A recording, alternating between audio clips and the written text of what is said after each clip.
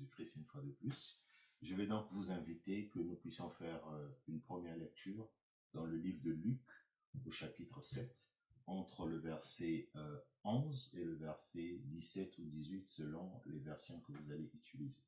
Donc nous allons donc dans le livre de Luc au chapitre 7. Je lis la parole au nom du Seigneur Jésus-Christ. Luc 7, la parole de Dieu nous dit: le jour suivant, Jésus alla dans une ville appelée Naïm. Ses disciples et une grande foule faisaient route avec lui. Lorsqu'il fut près de la porte de la ville, voici, on portait en terre un mort, fils unique de sa mère, qui était veuve. Et il y avait avec elle beaucoup de gens de la ville. Le Seigneur, l'ayant vue, fut ému de compassion pour elle et lui dit: ne pleure pas. Il s'approcha et toucha le cercueil. Ceux qui le portaient s'arrêtèrent. Il dit: jeune homme, je te le dis, lève-toi. Et le mort s'assit et se mit à parler. Jésus le rendit à sa mère. Tous furent saisis de crainte et ils glorifiaient Dieu, disant: un grand prophète apparut parmi nous. Et Dieu a visité son peuple. Verset 17. Cette parole sur Jésus-Christ se répandit dans toute la Judée et dans tout le pays d'alentour. Verset 18. Jean fut informé de toutes ces choses par ses disciples. Nous bénissons la parole du Seigneur Jésus-Christ. Alors ici, nous avions une histoire où le Seigneur Jésus-Christ s'était rendu dans une ville qu'on appelle Naïm. Et juste à l'entrée de cette ville, il aperçoit, comme la parole de Dieu nous le dit, une grande foule de personnes accompagnées donc un cercueil, donc un mort. Et il était donc ému de compassion et il a opéré un miracle. Et je prie dans le nom puissant du Seigneur Jésus-Christ que ce miracle qui s'était passé dans la ville de Naïm, où ce mort avait retrouvé la vie, soit en partage. Ici, je ne suis pas en train de parler forcément de la mort physique, même si c'est de la mort physique, je suis aussi en train de parler de la mort de quelque chose de cher dans ta vie. Quelque chose qui est mort dans ta vie, quelque chose de cher que tu as perdu. Ici, tu vas expérimenter la puissance de la main du Seigneur Jésus-Christ, comme Dieu l'avait fait dans cette ville de Naïm. Je déclare cette parole dans ta vie, toi qui vas suivre cette prédication, que le Saint-Esprit vienne te toucher, afin que quelque chose puisse retrouver la vie, quelque chose qui est mort dans ta vie, soit revenu à la vie, par la puissance de la parole du Seigneur Jésus-Christ. Nous disons Amen. Frères et sœurs, vous savez, Jésus, il est merveilleux. Jésus-Christ, il est bon. Il est bon de le goûter, comme la parole de Dieu le dit. Il est bon d'expérimenter Jésus-Christ. Vous savez, si vous n'avez pas encore expérimenté la puissance du nom de Jésus-Christ, la puissance du nom qui porte Jésus-Christ, vous allez toujours être comme dans les perspectives. Vous allez toujours être comme dans une forme de questionnement. Mais ceux qui l'ont connu, ceux qui ont connu ce Dieu qui s'appelle Jéhovah, ceux qui l'ont connu, ceux qui ont reçu une visite du Seigneur Jésus-Christ, ceux qui ont expérimenté la puissance de son nom, entretiennent une relation différente avec le Seigneur Jésus-Christ. Nous allons donc essayer de décortiquer ensemble cette parole, que j'ai trouvé, cette histoire, que j'ai trouvée extrêmement puissante, tout simplement parce que avant que le Seigneur se rende dans cette ville de Naïm, il venait d'opérer un autre miracle. Quand vous allez lire le chapitre qui vient, le chapitre 5 et 6, il avait guéri un malade d'un centenier. Donc les centeniers, c'est des responsables qu'on peut appeler des généraux aujourd'hui, des officiers supérieurs qui commandaient des troupes. Bon, ça c'est une autre histoire dans le chapitre 5 et le chapitre 6. Mais aujourd'hui, dans le chapitre 7, nous sommes en train de voir que le jour suivant, Jésus alla dans une ville appelée Naïm. Donc, il n'était pas seul, il était accompagné de ses disciples. Ses disciples et une grande foule faisaient route avec lui. Donc, Jésus était avec ses disciples et il y avait une grande foule qui l'accompagnait. Et lorsqu'il fut près de la porte de la ville, donc juste à l'entrée de la ville ici, ça peut être à l'entrée de ta maison. Donc, ne vois pas la ville toujours comme la ville, parce que ce sont des choses spirituelles. L'entrée de la ville, c'est aussi l'entrée de ta vie. Christ est en train d'entrer dans ta vie au travers de cette parole. Christ est en train de rentrer dans ta maison au travers de cette parole. Christ est en train de rentrer dans ton ministère au travers de cette parole. Christ est en train de rentrer dans cette année qui commence avec toi au travers de sa parole. Donc, quand la parole nous dit, lorsqu'il fut près de la porte de la ville, tu peux remplacer cette ville qu'on appelle Naïm dans ta vie. Naïm, c'est une ville. Mais toi, tu remplaces cette histoire. C'est comme si Christ s'approchait de ta vie. C'est comme si Christ s'approchait de ta situation. C'est comme si Christ s'approchait de ton problème. Ici, Christ allait dans Naïm. Naïm, c'est une ville. Et lorsqu'il fut près de la porte de la ville, voici un porté en terre un mort. C'est-à-dire que au moment où il était prêt à rentrer dans la ville, on amenait quelqu'un, une personne pour aller l'enterrer. Oh Seigneur Jésus-Christ. Je ne sais pas qu'est-ce qu'on est en train d'enterrer dans ta vie. On est peut-être en train d'enterrer ta bénédiction. On est peut-être en train d'enterrer ta vie. Parce qu'il y a des gens, vous les voyez, ils sont en vie, mais ils sont déjà morts en fait. Mais je prie dans le nom puissant du Seigneur Jésus-Christ, tu vas expérimenter la résurrection, une vie nouvelle parce que le Seigneur Jésus-Christ vient te toucher, il te localise là où tu te trouves. Alors la parole nous dit, lorsqu'il fut près de la porte de la ville, voici emporté en terre un mort. Un mort, emporté en terre un mort. Emporté en terre un mort. C'est-à-dire on était prêt à aller enterrer quelqu'un. Est-ce que c'est ton travail qu'on est prêt à enterrer? Tu cherches le travail, tu n'en trouves pas? Est-ce que c'est ta santé? Tu es éternellement en mauvaise santé? Est-ce que c'est quelque chose de particulier que tu cherches mais que tu ne retrouves pas? Est-ce que c'est une prophétie qui tarde à se manifester? Qu'est-ce qu'il y a de cher dans ta vie qu'on est en train d'enterrer? Est-ce que c'est ton corps physique qu'on est en train d'aller enterrer? Est-ce que c'est quelque chose de particulier dans ta vie qu'on est en train d'enterrer? Oh, bien-aimé dans le Seigneur. Que le Seigneur nous aide, que le Seigneur puisse nous faire vivre une expérience nouvelle au travers de sa parole. Essaie de suivre cette prédication avec l'oreille spirituelle.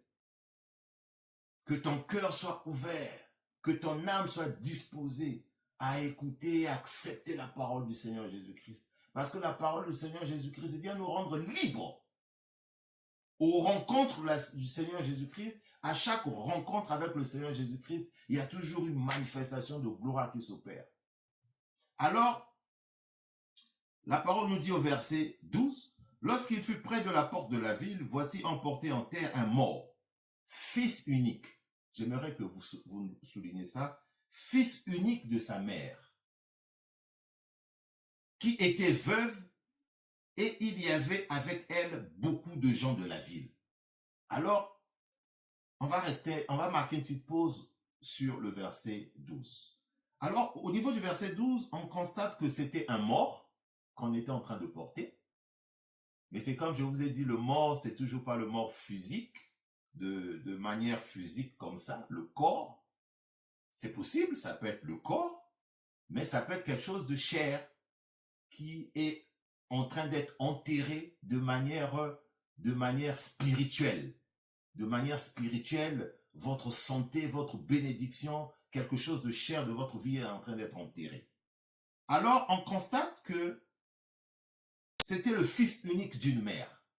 Vous savez, les mamans qui ont eu un seul enfant dans leur vie, ce sont des enfants chéris, ce sont des enfants joyeux, parce que c'était l'unique fils. Donc cette mère n'avait pas un autre enfant que cet enfant. Vous pouvez imaginer l'amour que cette mère avait pour cet enfant. C'était un enfant unique qu'on allait enterrer. Et cette femme, en plus d'avoir un seul enfant, elle était veuve. C'est assez passionnant cette histoire. Non seulement elle est veuve, mais en plus elle avait l'unique enfant qui allait être enterré. Et ce qui est curieux, c'est que autour de cette femme, il y avait beaucoup de gens. Je suis en train de parler à quelqu'un. Autour de toi, il y a beaucoup de gens. Mais ces gens ne vont pas t'apporter une assistance qui est l'assistance du Seigneur Jésus-Christ. Autour de toi, il y a beaucoup de gens. Mais ces gens ne vont pas t'apporter l'aide que tu as besoin. Autour de toi, il y a beaucoup de gens. Mais ces gens-là ne vont pas t'assister comme le Seigneur Jésus veut t'assister. Autour de toi, il y a beaucoup de gens autour de toi. Mais ces personnes sont là pour t'entourer. Mais ces personnes ne vont pas t'apporter l'aide que tu as besoin. L'aide que tu as besoin viendra que du Seigneur Jésus-Christ. Je suis en train de parler à une sœur. Je suis en train de parler à une sœur qui est en train d'expérimenter des moments pénibles.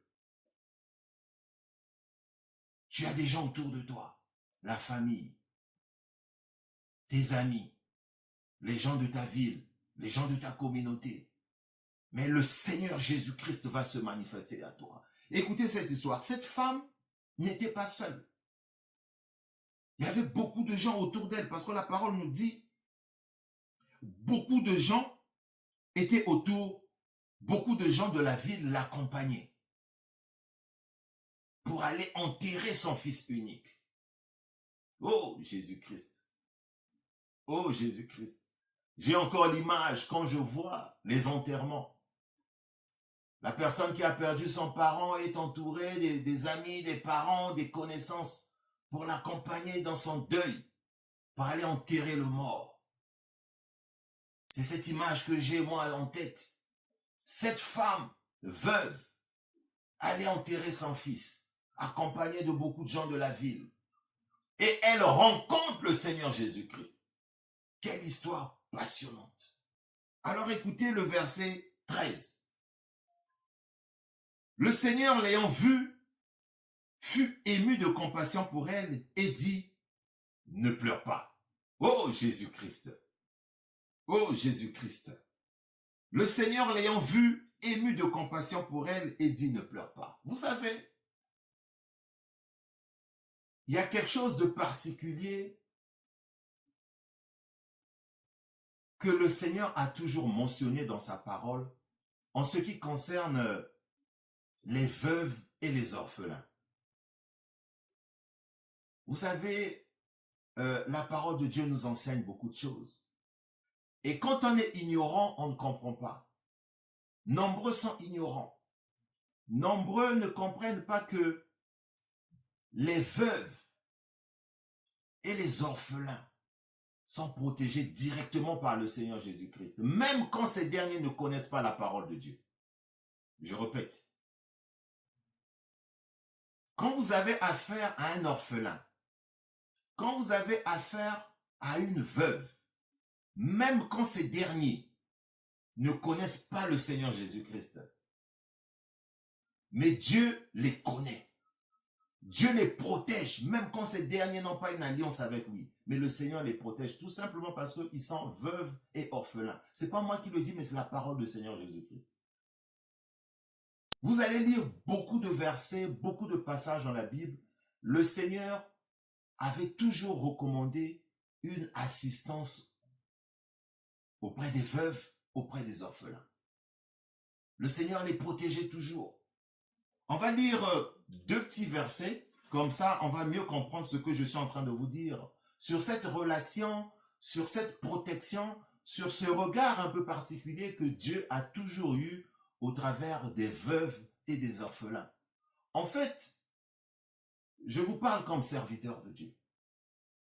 Quand vous combattez un orphelin ou quand vous combattez une veuve, en fait, vous combattez directement le Seigneur Jésus-Christ lui-même. Je répète, si vous vous attaquez à une veuve, si vous vous attaquez à un orphelin, vous êtes en train de vous attaquer à Dieu lui-même. Parce que Dieu, au travers de sa parole, demande la protection des veuves et des orphelins. Le Seigneur les appelle comme étant des opprimés. Ce n'est pas moi qui le dis, mais c'est la parole de Dieu. Donc ne vous attaquez jamais aux veuves. Ne vous attaquez jamais aux orphelins. Parce qu'ils ont une protection de Dieu.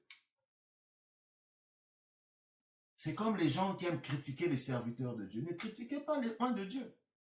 Ne critiquez pas un pasteur de Dieu. Ne critiquez pas un ministre de Dieu.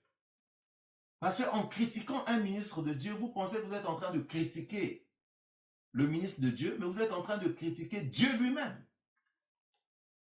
Parce que les ministres de Dieu sont appelés de Dieu. Donc, en les critiquant, vous êtes en train de critiquer, en fait, le pouvoir que Dieu a placé en eux, la consécration que Dieu a placée en eux. Alors ça, vous allez vous attirer des foudres de l'Éternel. Alors, lisons quelques versets pour comprendre un peu la protection que le Seigneur a toujours donnée sur les veuves et les orphelins.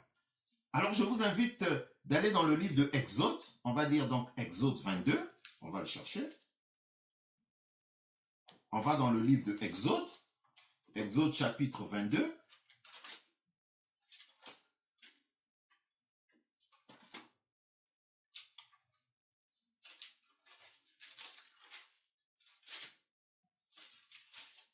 Exode 22.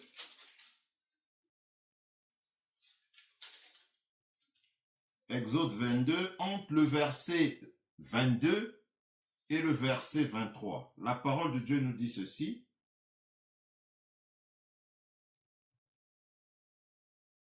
Tu n'affligeras point la veuve ni l'orphelin. Tu n'affligeras point la veuve ni l'orphelin. Si tu les affliges et qu'ils viennent à moi, j'entendrai leurs cris. Alléluia. Voici ce que le Seigneur est en train de nous dire dans le livre d'Exode. Tu n'affligeras point. Tu n'affligeras point la veuve ni l'orphelin. C'est-à-dire que tu ne feras pas de mal ni à la veuve ni à l'orphelin.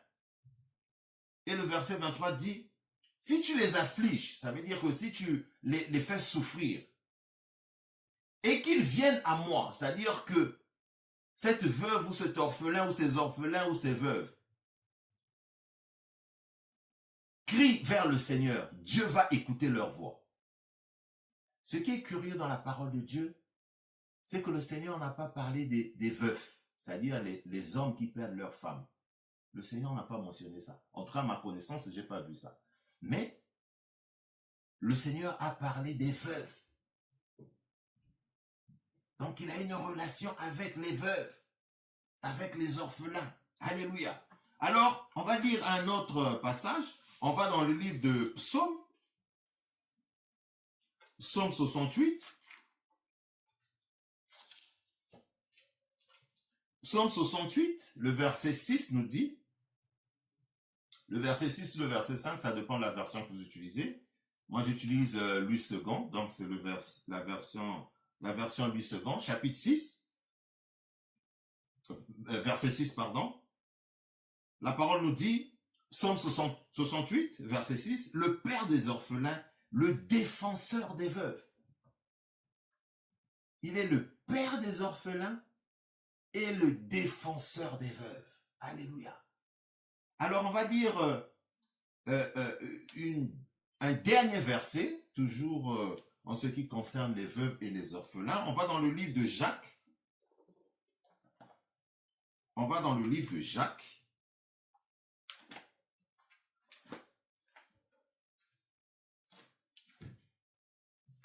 On va dans le livre de Jacques, le premier verset de Jacques. Jacques 1, verset 27. La parole de Dieu nous dit, la religion pure et sans tache devant Dieu notre Père consiste à visiter les orphelins et les veuves dans leurs afflictions, à se préserver des souillures du monde. Alors ici, le Seigneur est en train de nous parler au travers des épîtres de Jacques, je répète, la religion pure et sans tache consiste à visiter les orphelins, c'est-à-dire consiste à faire du bien aux orphelins. C'est une religion. Une façon de dire, c'est une philosophie que le Seigneur est en train de nous inculquer. Ce sont des orientations du Seigneur Jésus-Christ. De faire le bien en visitant les orphelins et les veuves dans leurs afflictions. Donc, les veuves et les orphelins doivent avoir une compassion, une assistance de nous dans leurs afflictions, c'est-à-dire dans leurs problèmes. Déjà, elle est veuve parce qu'elle a perdu son mari. Parce qu'il est orphelin parce qu'il a perdu son père ou sa mère. Donc, il est orphelin. Donc, le Seigneur nous demande de les assister, de leur apporter un secours dans leurs afflictions, c'est-à-dire dans leurs problèmes, dans leurs difficultés, dans leurs angoisses. Nous, on doit venir les assister. Et à se préserver des souillures du monde, c'est-à-dire qu'on doit les préserver des difficultés de ce monde. Non seulement le Seigneur nous demande d'assister les veuves et les orphelins, mais on doit les aider, on doit les protéger des souillures de ce monde, c'est-à-dire des problèmes de ce monde, des difficultés de ce monde.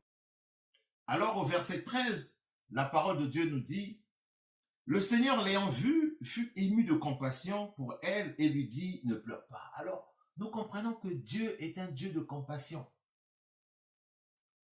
Parce que le Seigneur l'a vue. Cette dame qui était entourée de beaucoup de gens de sa ville, qui allait enterrer son fils unique. Cette veuve qui allait enterrer son fils unique. Le Seigneur l'a vue et le Seigneur était ému de compassion. Donc Dieu l'a vue et Dieu était ému de compassion. Alors, la particularité de ce verset, c'est que cette dame n'est pas allée vers le Seigneur. Quand j'étais en train de méditer autour de cette parole, le Seigneur m'a amené à comprendre que c'est Dieu qui a eu la compassion de cette femme. Mais cette femme n'était pas allée chercher le Seigneur. Je ne sais même pas si cette femme-là était chrétienne. Je ne sais pas. Mais Dieu a eu compassion d'elle. Il y a des situations où Dieu nous assiste sans pourtant que nous puissions faire appel à lui. Parce qu'il est le Dieu très haut. Il est le Dieu de grâce. Il est le Dieu des miséricordes. Il nous connaît sans pourtant que nous puissions forcément le connaître. Mais Dieu nous connaît. Le Seigneur connaissait cette veuve. Le Seigneur connaissait cette femme. Et Dieu m'a amené à comprendre. Quand on lit le verset 13, le Seigneur l'ayant vue, fut ému de compassion pour elle et lui dit, ne pleure pas. Mais cette femme-là n'avait pas cherché Dieu quand elle allait enterrer son fils. Je ne sais même pas si elle avait cherché le Seigneur quand son fils était malade. D'ailleurs, la Bible ne nous explique même pas comment et pourquoi ce fils-là était mort, dans quelles circonstances.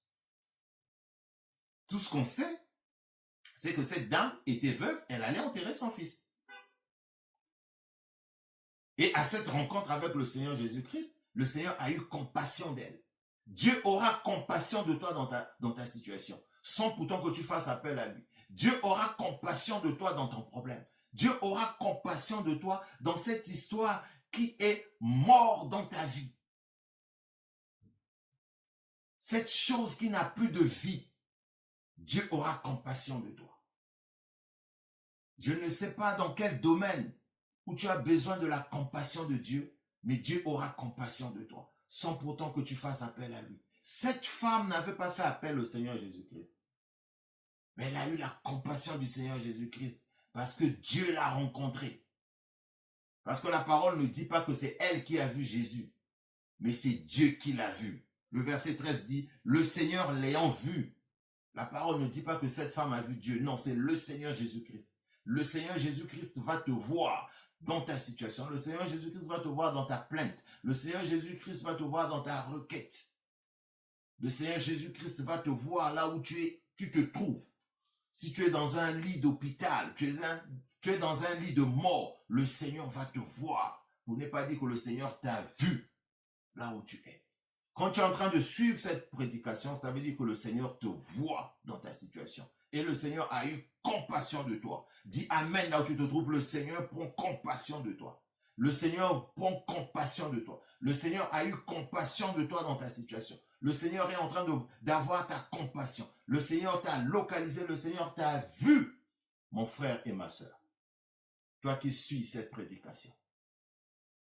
Le Seigneur l'ayant vu, fut ému de compassion pour elle et dit, ne pleure pas. Le Seigneur, il est bon. Il a dit à cette femme, ne pleure pas. Tandis qu'elle allait enterrer son fils. Le fils était mort. J'imagine qu'il était dans un cercueil, mort.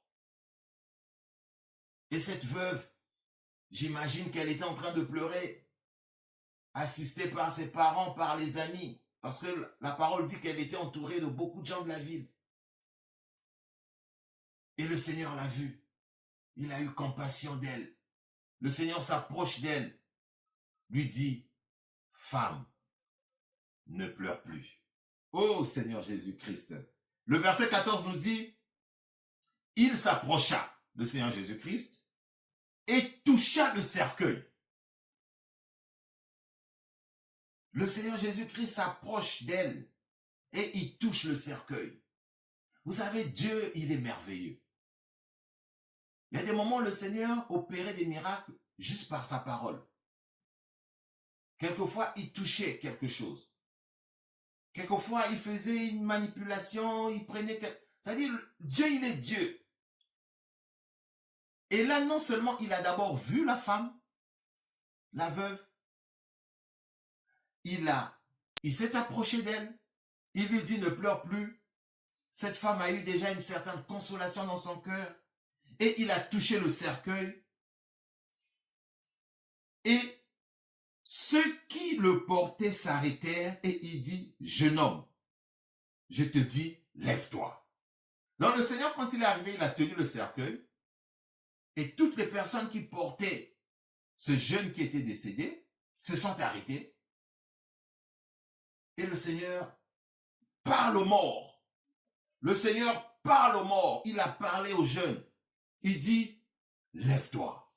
Le Seigneur est en train de te dire, si c'est un cancer que tu as, lève-toi. Si c'est une maladie incurable que tu as, lève-toi. Le Seigneur est en train de parler de cette chose. Ce qui est mort, si c'est un organe qui ne fonctionne plus dans ton corps, le Seigneur te dit, lève-toi. Si c'est une situation où tu n'arrives pas à te marier, le Seigneur te dit, lève-toi. Si c'est une situation où tu n'arrives pas à avoir la paix, le Seigneur se lève devant toi, il dit, lève-toi. Peu importe le problème. Tu veux avoir les enfants, le Seigneur se lève devant toi, il parle à cet esprit de stérilité qui est en toi, le Seigneur dit, lève-toi. Si c'est un esprit d'échec, tout ce que tu fais ne marche pas, c'est le tourner en rond. Le Seigneur arrive devant ce mort, cet esprit de mort, d'esprit d'échec, te dit, lève-toi. Je suis en train de parler ici des choses spirituelles. Le Seigneur est en train de te parler, lève-toi. Lève-toi, lève-toi, lève-toi. Le Seigneur s'est approché de ce mort, il a tenu le cercueil, il a dit, lève-toi. Comme serviteur de Dieu, je suis en train de déclarer cette parole dans la vie de celui qui est en train de me suivre. Tout ce qui est mort dans ta vie, je n'ai pas envie de savoir Qu'est-ce qui est mort dans ta vie? Mais tout ce que je sais, c'est que le Seigneur se lève devant le cercueil de ta vie, devant le cercueil de ce qui est mort dans ta vie, pour dire, lève-toi et retrouve la vie. Dans le nom puissant du Seigneur Jésus-Christ. Dans le nom puissant du Seigneur Jésus-Christ. Dans le nom puissant du Seigneur Jésus-Christ. Vous avez bien aimé, ça fait pas longtemps, ça fait à peine un mois de cela, j'ai rencontré un frère dans le Seigneur. Je dis frère dans le Seigneur parce qu'il parle du Seigneur Jésus-Christ, donc voilà pourquoi je dis frère dans le Seigneur. Quand je l'ai vu, j'ai parlé avec lui, mon esprit m'a dit, beaucoup de choses sont mortes dans sa vie. J'ai passé une journée entière avec lui, on a parlé, on s'est promené, il m'a accompagné. Mais un esprit me disait, en moi, l'esprit du Seigneur Jésus-Christ me parlait en me disant, quelque chose est mort en lui. Et pourtant, il est en vie. Il est bien portant, il marche avec moi, on a passé une journée entière, mais j'écoutais une voix dans mon oreille me dire, quelque chose est mort en lui. Et j'ai commencé à prier intérieurement pour lui. Exactement quand vous voyez ce frère, vous sentez qu'il y a quelque chose qui ne va pas dans sa vie. Donc il y a des gens qui sont vivants, mais qui portent en eux la mort. Mais pas la mort physique, mais la mort de quelque chose. On peut te voler une bénédiction, mais c'est quelque chose qui peut t'amener à la mort. Tu vis, mais il y a quelque chose qui est mort en toi. Tu es comme le figuier sec qui ne produit pas, comme le figuier dont le Seigneur Jésus-Christ parlait. C'est spirituel. Alléluia. Alors ici, le Seigneur nous a parlé de ce jeune qui a retrouvé la vie, car le Seigneur a posé la main sur ce cercueil et lui dit, lève-toi. Et le verset 15 nous dit, et le mort s'assit. Oh Jésus. Et le mort s'assit et se mit à parler. Jésus-Christ le prit et le rendit à sa mère. Vous vous imaginez? Le jeune homme était dans le cercueil mort. Le Seigneur s'approche, il touche le cercueil et dit, jeune homme, lève-toi. Le Seigneur se lève. Le mort se lève. Le Seigneur le prit et le rendit à sa mère. Le Seigneur reprend la bénédiction, a remis à la veuve. Donc, il a pris son fils unique qui était mort. Le Seigneur a repris le fils unique de cette femme-là qui était morte, de cette veuve, et a redonné à sa mère. La parole de Dieu nous dit, le Seigneur rendit à sa mère. Le Seigneur est en train de te rendre ta bénédiction qu'on a volée. Le Seigneur est en train de te rendre ce que le diable t'a volé. Le Seigneur est en train de te rendre ce qui est mort dans ta vie, en train de te redonner vie. Je parle à cette maman qui est dans l'affliction parce que ses enfants ne sont plus obéissants. Parce que ses enfants se sont adonnés à la drogue, à l'alcool. Je parle à cette maman qui est en train de souffrir parce que son fils est devenu homosexuel. Je suis en train de parler à cette maman qui est en train de souffrir parce que sa fille est devenue lesbienne. Je suis en train de parler à ses parents qui sont en train de souffrir parce que leurs enfants se sont déroutés du droit chemin. Leurs enfants se sont déroutés des normes, des règles de la société. Le Seigneur va vous rendre vos enfants. Le Seigneur va vous rendre vos enfants. Le Seigneur va vous rendre vos enfants. Le Seigneur va redonner vie à vos enfants. Vous allez faire un témoignage. Cette maman n'était pas allée chercher le Seigneur. Le Seigneur a seulement eu compassion d'elle. Je prie que le Seigneur puisse prendre compassion de toi, ma chère maman. Que le Seigneur puisse prendre compassion de toi, ma soeur. Que le Seigneur puisse prendre compassion de toi, ma soeur dans le Seigneur. Que tu aies des enfants ou pas, le Seigneur va prendre compassion de toi. Le Seigneur va te redonner ce qu'on t'a volé.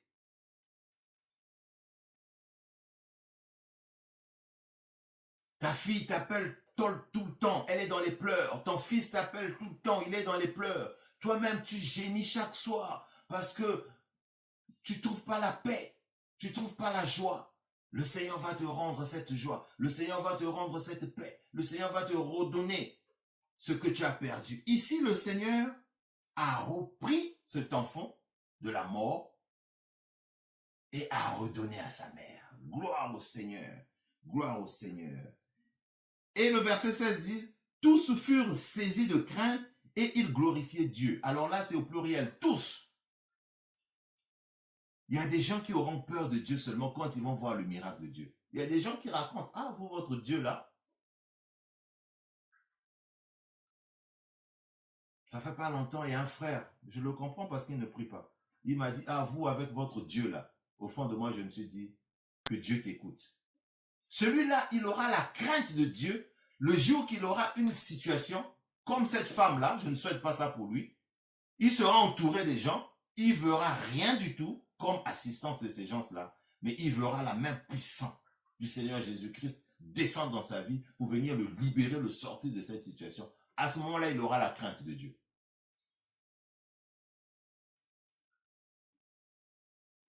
Il y a eu des gens qui ont fait des témoignages.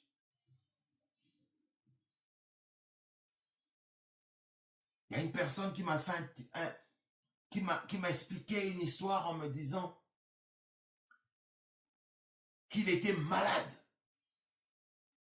Et il a prié, il a dit, ah Seigneur, si tu me guéris de cette maladie, je vais abandonner tout le mal que je fais. Et aussitôt, il a eu la guérison. Et il a aussi abandonné tout le mal qu'il faisait. Cette personne m'a expliqué cette histoire, ce témoignage. Je lui ai dit, mais Dieu t'a montré la puissance de sa main. Comme tu as déclaré toi-même que s'il te guérit, tu ne referas plus le mal. Mais Dieu t'a exactement guéri, donc ne refais plus le mal. Mais si tu refais le mal, cette fois-ci, le Seigneur ne t'assistera pas. Bon, il est Dieu de grâce, mais il t'a assisté. Donc, ne retombe plus dans le mal que tu es en train de faire. Donc, ici, on voit que la crainte du Seigneur Jésus-Christ passe aussi au travers de la puissance des actions du Seigneur Jésus-Christ. La puissance des actions du Seigneur Jésus-Christ. Alors le verset 16 dit, tous furent saisis de crainte et glorifiaient Dieu, disant, un grand prophète parut parmi nous et Dieu visita son peuple. Et le verset 17 dit, cette parabole sur Jésus-Christ se répandit dans toute la Judée et dans tous les pays d'alentour. Alors, cette histoire s'était répandue dans toutes les villes de la Judée à l'époque et dans toutes les villes aux alentours. Donc, cette histoire qui se passe dans ta vie, où tu trouves la compassion de Dieu, où tu trouves la main puissante de Dieu venir t'assister, cette histoire fera que toutes les personnes autour de toi, toutes les villes autour de toi vont être non seulement saisies de crainte, ils vont commencer à glorifier le Seigneur Jésus-Christ. Et c'était une façon du Seigneur Jésus-Christ d'évangéliser. Donc Dieu évangélisait aussi la parole par plusieurs façons. Au travers des guérisons, des résurrections de ce genre. Alors, nous notons quelques points dans cette histoire. Numéro 1, nous avons noté la compassion de Dieu. Nous notons que Dieu a de la compassion. Dans la version de la Bible, la version Semeur, on ne parle pas de compassion, mais on parle de la pitié. Si vous pouvez lire cette version, le mot compassion est remplacé par pitié. Donc on peut parler de la compassion ou de la pitié de Dieu. Ou on parle de l'émotion. Parce que le Seigneur était ému. Le Seigneur a eu compassion. Donc on retient que Dieu est un Dieu de compassion. Vous pouvez le lire dans Psaume 16, le verset 5. On parle de Dieu qui est plein de compassion. Le Seigneur est le Dieu des compassions. Le Seigneur est le Dieu des compassions. Le Seigneur est le Dieu des compassions. On peut le lire rapidement dans le psaume 116.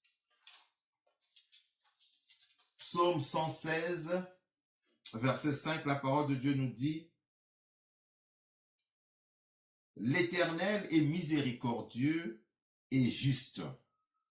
Notre Dieu est plein de compassion. Donc, nous avons retenu que le Seigneur, numéro 1, il est plein de compassion. Et le numéro 2, nous avons retenu que c'est le Dieu de la victoire. Oui, c'est le Dieu de la victoire, parce qu'il a donné la victoire à cette femme. Dieu a eu la victoire de la vie sur la mort, parce que cet enfant était mort. Donc, c'était du négatif. Du négatif. Mais le Seigneur est venu donner la victoire.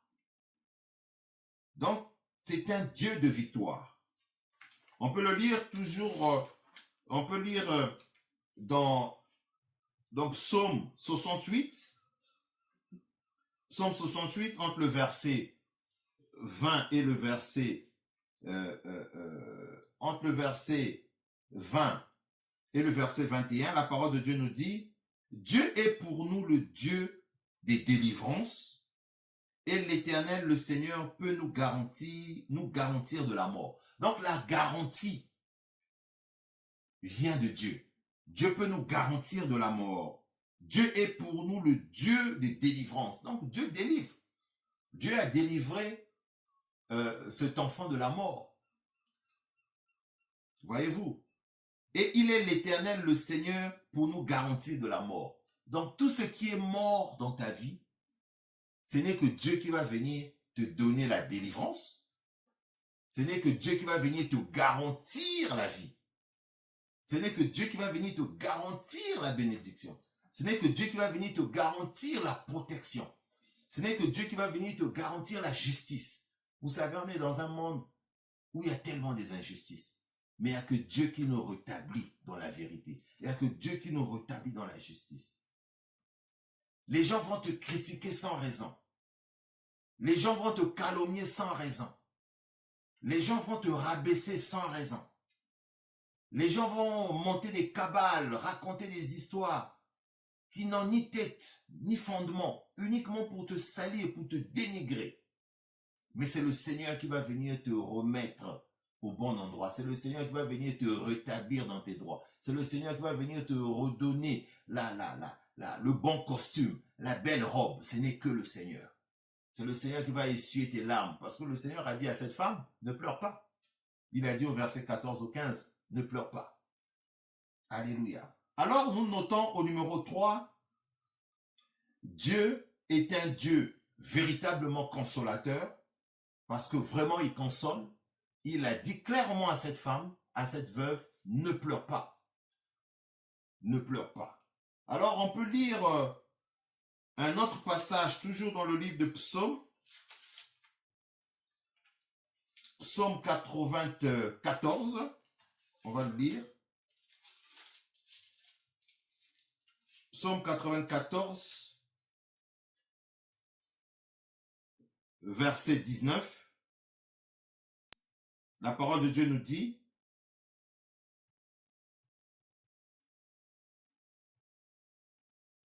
quand je dis mon pied chancelle, ta bonté, ô Éternel, me sert d'appui.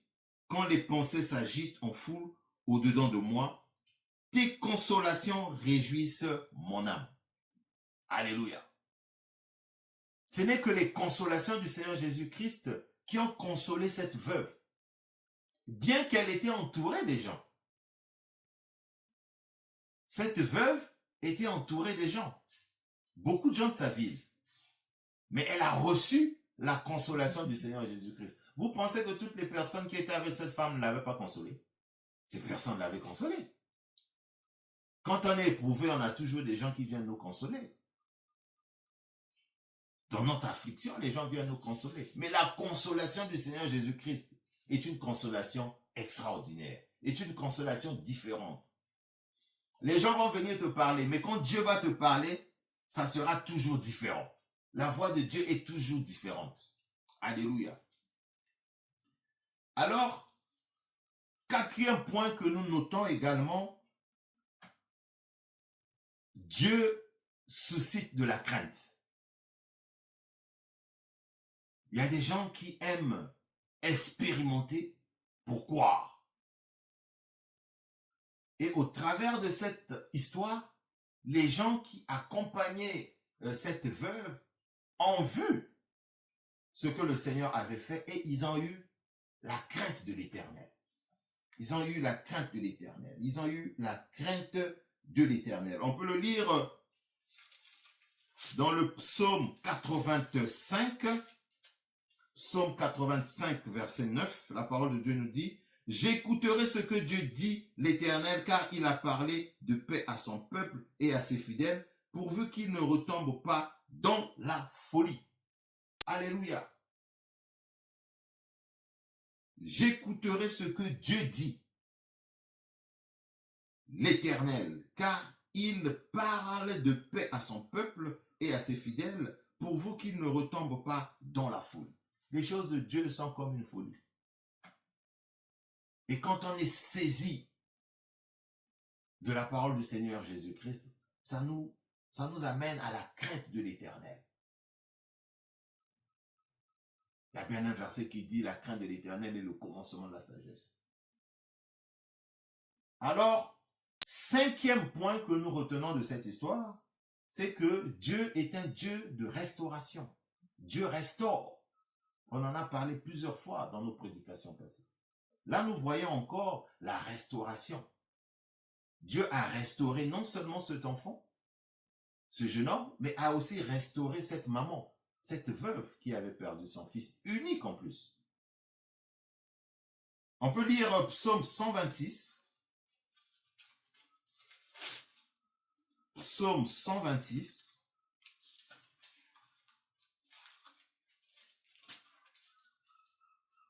Psaume 126. Entre le verset 5 et le verset 6, la parole de Dieu nous dit: ceux qui sèment avec larmes moissonneront avec chant d'allégresse. Celui qui marche en pleurant, quand il porte la sémence, revient avec allégresse quand il porte ses germes. Alléluia. Dieu est un Dieu de restauration. Pendant que tu es en train de traverser cette situation où tu es en train de moissonner avec difficulté, tu vas récolter.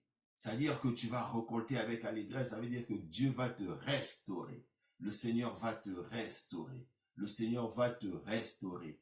Et je prie que le Dieu de la restauration puisse te localiser là où tu te trouves, que le Dieu de la restauration puisse te toucher là où tu te trouves, le Dieu de la restauration puisse t'apporter la compassion, que le Dieu de la compassion puisse te voir là où tu te trouves, comme il avait rencontré cette femme.